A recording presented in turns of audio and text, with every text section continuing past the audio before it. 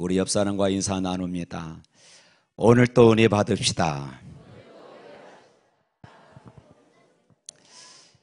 마지막 순간까지 은혜 받는 시간이 되시기를 주님의 이름으로 축원합니다. 오늘 제목은 어린 양 혼인잔치의 신부입니다. 옆 사람과 인사합니다. 당신은 어린 양 혼인잔치의 신부입니다. 또 우리 뒤에 사람하고 인사 나눕니다. 당신은 어린 양 혼인잔치의 신부입니다.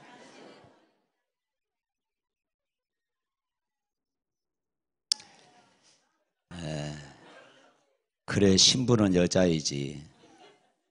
오늘 저는 마지막 날 열리는, 천국에서 열리는 이 어린 양 혼인잔치에 대해서 말씀을 전하려고 합니다.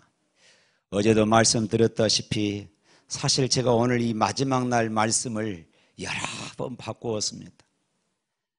다 준비해놓고 마음에 안 들면은 또 넘기고, 다 준비해놓고 마음에 안 들면 또 넘기고, 그러다가 지난 화요일 날 하나님께서 이 말씀을 저에게 감동을 주셔서 이 말씀이구나 했습니다.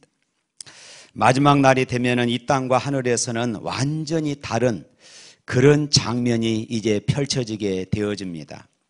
땅에서는 무서운 하나님의 심판으로 이제 영적 바벨론, 사단의 세력들이 다 무너지게 되어집니다. 그러나 하늘에서는 어린 양의 혼인잔치가 벌어집니다. 이제만 우리가 읽지는 않았습니다만은 19장 11절 이하의 말씀을 보면은 이 땅에서 마귀의 추종자들과 어린 양 예수 그리스도의 마지막 전쟁이 벌어지는 것을 보게 되어지지요. 주님께서는 흰 말을 타고 등장하셔서 짐승과 세상의 왕들과 그의 군대들을 주님의 입에서 선포되어지는 하나님의 말씀의 검으로 다 죽입니다. 그리고 그들의 시체를 뜯어먹는 새들의 잔치가 벌어지게 되어집니다. 이렇게 바벨론이 멸망할 때에 하늘에서는 엄청난 수의 하나님의 백성들이, 오늘 본문에 보니까 4번씩이나 반복해서 하는 단어가 있습니다. 할렐루야, 할렐루야, 할렐루야, 할렐루야, 이렇게 외칩니다. 하나님의 구원과 심판과 통치를 찬양하는 그 소리가 얼마나 큰지 6절 말씀에서는 이렇게 표현을 했어요. 6절 말씀 다 같이 있습니다. 또 내가 들으니 허다한 무리의 음성과도 같고 많은 물소리와도 같고 큰 우레소리와도 같은 소리로 이르되, 엄청난 큰 소리로 그렇게 울려 퍼졌다는 것입니다. 이어서 하늘에서는 어린 양의 혼인잔치가 열립니다. 또 7절 말씀 읽어봅니다. 우리가 즐거워하고 크게 기뻐하며 그에게 영광을 돌리세 어린 양의 혼인 기약이 이르렀고 그 아내가 자신을 준비하였으므로. 여기에 나오는 어린 양은 예수님이고 신부는 남자가 아니라, 여자가 아니라 교회입니다. 오늘날 교회를 가리켜서 이제 신부다 이렇게 말씀하고 있습니다. 다시 말하면은 우리 성도들은 예수 그리스도의 신부인 것을 믿습니다. 이처럼 성도의 삶은 이 세상의 심판으로 끝나지 않고 신랑 되시는 예수님과 혼인잔치에 참여하는 것으로 끝나는 것이 얼마나 감사하고 복된 일인 줄 모릅니다.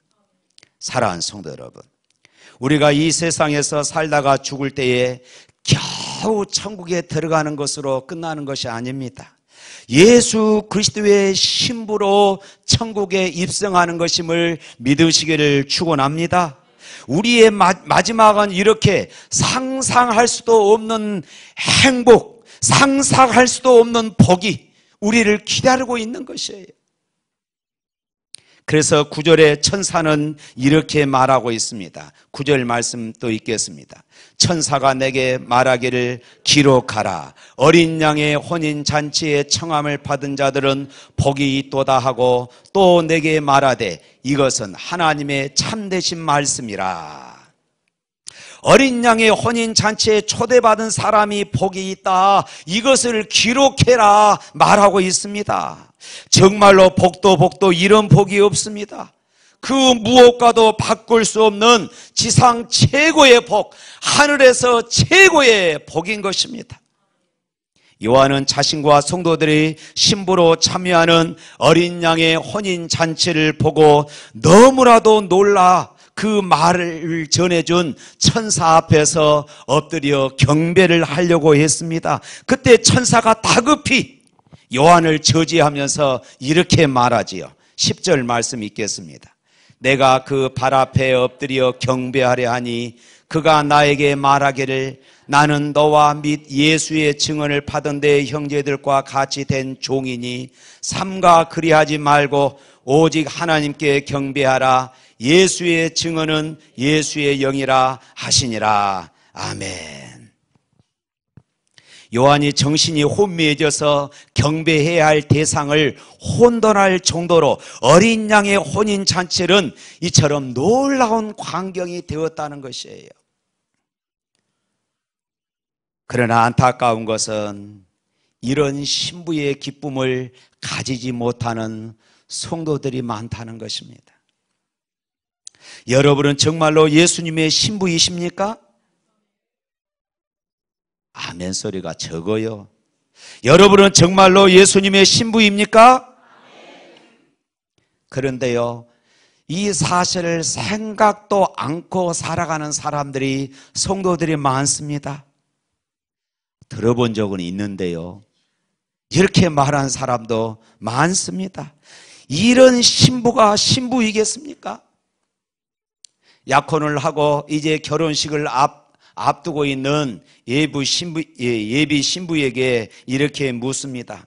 당신이 그 사람의 예비 신부입니까? 라고 물었을 때, 그런 말 들은 것 같은데요. 아마 그렇겠지요? 라고 한다면은 정말로 이 여인이 신부가 맞습니까? 어떻게 이런 일이 벌어지는 것일까요? 실제로 믿지 않고 있다는 증거입니다. 이것은 정말로 두려운 것입니다. 우리가 어린 양 예수 그리스도의 신부임을 분명히 믿지 못하면 어떤 일이 벌어지는 줄 아십니까? 어린 양의 혼인잔치에 참석하지 못하게 되는 것이에요. 누가복음 14장 18절부터 20절 보면은 임금이 혼인잔치에 초대했는데 한 사람은 나는 밭을 샀기 때문에 가지 못하겠노라, 또 한 사람은 나는 소를 샀기 때문에, 또 한 사람은 나는 장가 들었기 때문에 이 임금의 초청을 거절했습니다. 어떻게 밭을 사고 소를 사고 장가 가고 시집 간다고 주님의 초청에, 하늘나라의 초청을 거부할 수 있단 말입니까? 자신이 그 어린 양 혼인잔치의 신부임을 알지 못하기 때문인 것입니다. 밭 사고 소 사고 시집 가고 장가 가야 하는데 남의 잔치에 내가 왜 가야 합니까? 이렇게 말합니다. 오늘 우리도 그럴 수 있습니다. 세상의 성공, 세상의 명예, 세상의 물질에 매여 살다 보면은 내가 예수님의 신부임을 망각하고 그렇게 형식적인 종교 생활만 하는 사람들이 많다는 것이에요. 오늘 말씀에 보면은 예수님의 신부에게 아주 독특한 분위기가 있습니다. 그것은 바로 기쁨입니다. 7절 말씀 또 볼까요? 우리가 즐거워하고 크게 기뻐하며 그에게 영광을 돌리세. 기뻐하고 즐거워하며 하나님께 영광을 돌리자. 어린 양의 혼인날이 이르렀도다. 결혼식을 앞두고 있는 신부가 들떠 있는 것입니다. 즐거움과 기쁨이 말할 수 없는 것이에요. 이것이 바로 신부의 모습입니다. 그러므로 예수님의 신부가 슬프거나 화가 나 있거나 또 짜증을 부리는 것은 너무나도 이상한 것이에요. 사랑하는 성도 여러분, 여러분들에게 예수님의 어린 양의 신부로서 이런 기쁨을 가지고 있습니까? 독일의 독재자 히틀러로 인하여서 말할 수 없는 고난을 겪고 있을 때에 히틀러에게 당당하게 저항했던 본헤퍼 목사님이 계셨습니다. 그분은 수없이 많은 고난을 당하면서 이렇게 말했습니다. 하나님 앞에서 기뻐하라. 그 당시 무슨 기쁠 일이 있다고 그런 말을 했겠습니까? 결국 그는 순교하고 이 세상을 떠났습니다. 그럼에도 불구하고 순교하면서도 이런 말을 할 수 있었던 것은 그가 바로 어린 양의 혼인잔치의 신부로 확신을 가졌기 때문인 줄로 믿습니다. 이 설교를 준비하면서 저 자신을 한번 돌아보았습니다. 마음이 아팠습니다. 신부의 기쁨이 없을 때가 많았기 때문입니다. 가만히 생각해 보니까 제가 사람 보고 때로는 환경 때문에 웃고 또 기뻐한 날들이 참 많았었습니다. 그래서 사실 이번 주제를 주여 나를 새롭게 하여 주옵소서, 저를 두고 하는 말이라고 말씀드렸잖아요. 주님을 바라보기 위해서 더욱더 힘쓰기 위해서 금식하면서 하나님 앞에 매달렸습니다. 그리고 놀라운 체험을 하게 되었습니다. 사람을 보면은 슬프지만은 주님을 보면은 기쁩니다. 환경을 보면은 낙심하게 되지만은 주님을 바라보면은 기쁨이 있습니다. 이것이 주님의 신부가 누리는 기쁨입니다. 할렐루야! 이 기쁨을 회복할 수 있기를 축원합니다. 찬양할까요? 사람을 보며 세상을 볼 때 만족함이 없었네. 나의 하나님 그분을 뵐 때 나는 만족하였네. 이럴 때 반주 좀 눌러줘라. 목이 새갖고 좀 애쓰고 있는데, 저기 빛나는 태양을 보라, 또 저기 서 있는 산을 보아라. 천지 지으신 우리 여호와 나를 사랑하시니 나의 하나님 한 분만으로 나는 만족하겠네. 할렐루야. 이렇게 반주하기가 쉬운 일이 아니에요. 갑자기 내 톤에다가 음을 누르라고 하니 어느 누구가 하겠습니까? 아이만 할 수 있는 것이에요. 네. 사랑하는 성도 여러분, 주님의 신부에게는 바로 이런 기쁨이 있어야 하는 것이에요. 세상이 줄 수 없는 기쁨. 주님의 신부에게는 세상이 주지 못하는 기쁨이 넘치게 되면서 자연스럽게 의로운 삶을 살아가게 되어지는 것입니다. 이것이 또한 그리스도의 신부의 분위기입니다. 주님은 신부에게 빛나고 깨끗한 세마포 옷을 입게 하셨습니다. 오늘 8절 말씀 읽겠습니다. 그에게 빛나고 깨끗한 세마포 옷을 입도록 허락하셨으니 이 세마포 옷은 성도들의 옳은 행실이라. 이 세마포 옷은 천국의 웨딩드레스입니다. 할렐루야. 천국의 웨딩드레스예요. 천국 혼인잔치에 참석할 신부가 반드시 입어야 할 예복입니다. 마태복음 22장 1절부터 14절 말씀에 보면은 예복을 입지 않는 자는 혼인잔치의 자리에서 쫓겨난다고 말씀하고 있습니다. 그러면 이 빛나고 깨끗한 세마포 옷이 무엇입니까? 성도들의 옳은 행실이라. 이 점에 대하여서 주님도 분명히 말씀하십니다. 마태복음 7장 21절 말씀에 나더러 주여 주여 하는 자마다 다 천국에 들어갈 것이 아니요 다만 하늘에 계신 내 아버지의 뜻대로 행하는 자라야 들어가리라. 아멘. 말로만이 신부가 되는 것이 아닙니다. 삶이 의로워져야 신부가 되어지는 것이에요.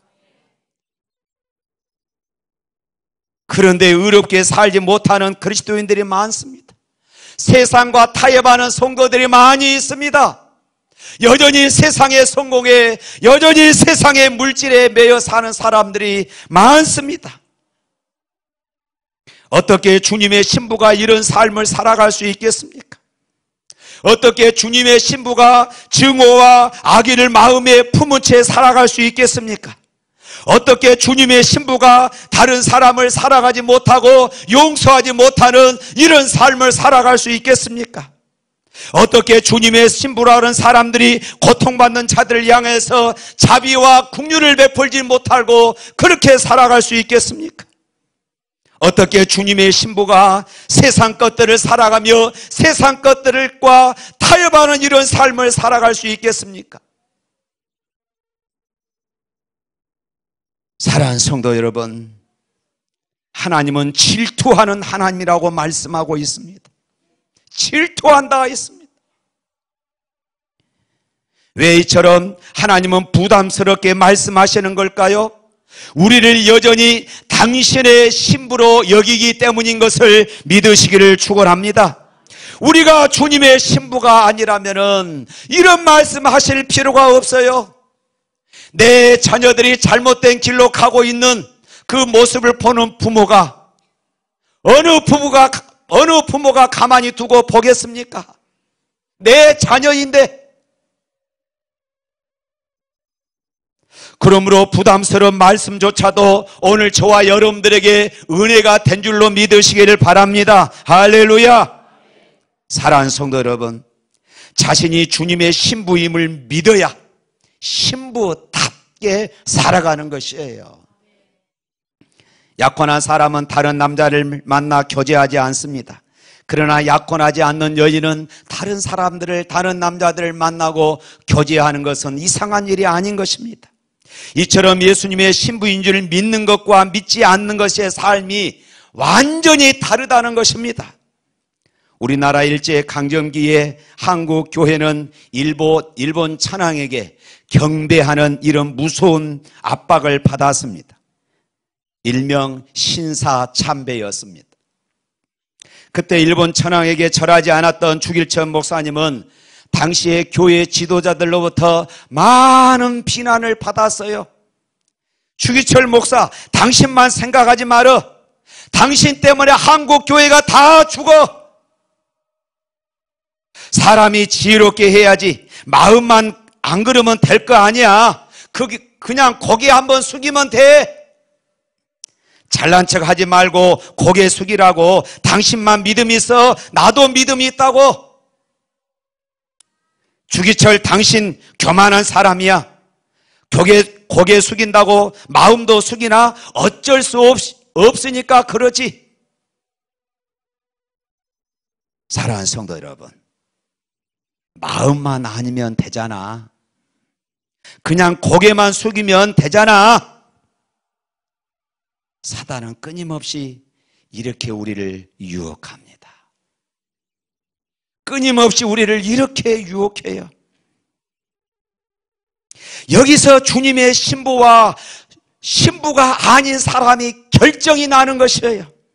그래서 주님은 마태복음 10장 32절 33절 말씀에 이렇게 말씀합니다. 누구든지 사람 앞에서 나를 시인하면 나도 하늘에 계신 내 아버지 앞에서 그를 시인할 것이요, 누구든지 사람 앞에서 나를 부인하면 나도 하늘에 계신 내 아버지 앞에서 저를 부인하리라. 사랑하는 성도 여러분, 여기까지 말씀드리면은 아유 목사님, 저는 의로운 모습이 없는데요, 저는 옳은 행실이 없는데요, 아마 이렇게 말할 수 있을 것입니다. 나는 신부될 자격이 없는데요, 낙심할 분이 계실 것입니다. 그러나 여러분, 낙심하지 마십시오. 하나님은 호세아에게 음탕한 고멜에게 장가 들라고 했습니다.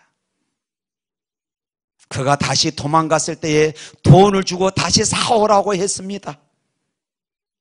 그것은 주님의 신부이면서도 주님을 배반하고 다른 남자에게 간 여인을 주님은 여전히 사랑하고 계심을 증거하고 싶었기 때문입니다.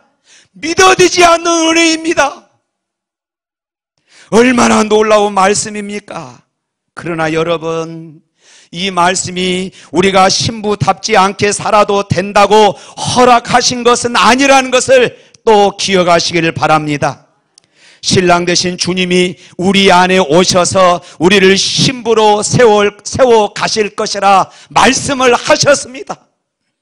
에베소서 5장 26절 27절 말씀에 이렇게 말씀합니다. 이는 곧 물로 씻어 말씀으로 깨끗하게 하사 거룩하게 하시고 자기 앞에 영광스러운 교회로 세우사 티나 주름 잡힌 것이나 이런 것들이 없이 거룩하고 흠이 없게 하려 하심이라. 할렐루야. 사랑하는 성도 여러분, 우리는 도저히 빛나고 깨끗한 삶을 살아갈 수가 없어요. 우리가 할 일은 나는 예수님의 신부다, 나는 십자가 보혈을 붙잡고 산다, 이 고백을 하며 살아가는 것입니다. 나는 십자가 붙들고 살아간다, 이 고백이면 되는 것입니다. 이 믿음과 고백이 우리로 신부답게 살아가는 것이고 예수님으로 옷을 입게 하는 것입니다. 할렐루야. 로마서 13장 14절 말씀에 이렇게 말씀합니다. 오직 주 예수 그리스도로 옷 입고 정욕을 위하여 육신의 일을 도모하지 말라. 사랑하는 성도 여러분, 여러분은 예수님의 신부인 것을 믿으시기를 축원합니다. 말할 수 없는 복이고 말할 수 없는 은혜임을 믿으시기를 바랍니다. 신랑이신 주님께서 이미 우리 안에 임재하여 계심을 믿으시기를 바랍니다. 그러면 우리의 인생의 모든 상황, 힘들고 어려운 순간들조차도 우리를 예수님의 신부로 준비시키는 과정임을 알게 되어지는 것입니다. 그래서 우리는 언제나 어떤 환경 속에서도 기쁨으로 의로운 삶을 살아가게 되는 것이에요. 사랑하는 성도 여러분, 자부심을 가지시길 바랍니다. 때로는 내가 실패할 수 있습니다. 때로는 내가 넘어질 수 있습니다. 때로는 내가 죄를 범할 수 있습니다. 때로는 내가 불순종할 수 있습니다. 때로는 내가 세상과 타협할 수도 있습니다. 그러나 여러분, 자존감을 가지시길 바랍니다. 나는 예수님의 신부다. 나는 그리스도의 거룩한 신부다. 신부된 삶을, 신부된 정결을 나는 지키면서 살아가리라. 이런 고백을 가지고, 이런 결단을 가지고 살아갈 수 있기를 주님의 이름으로 축원합니다.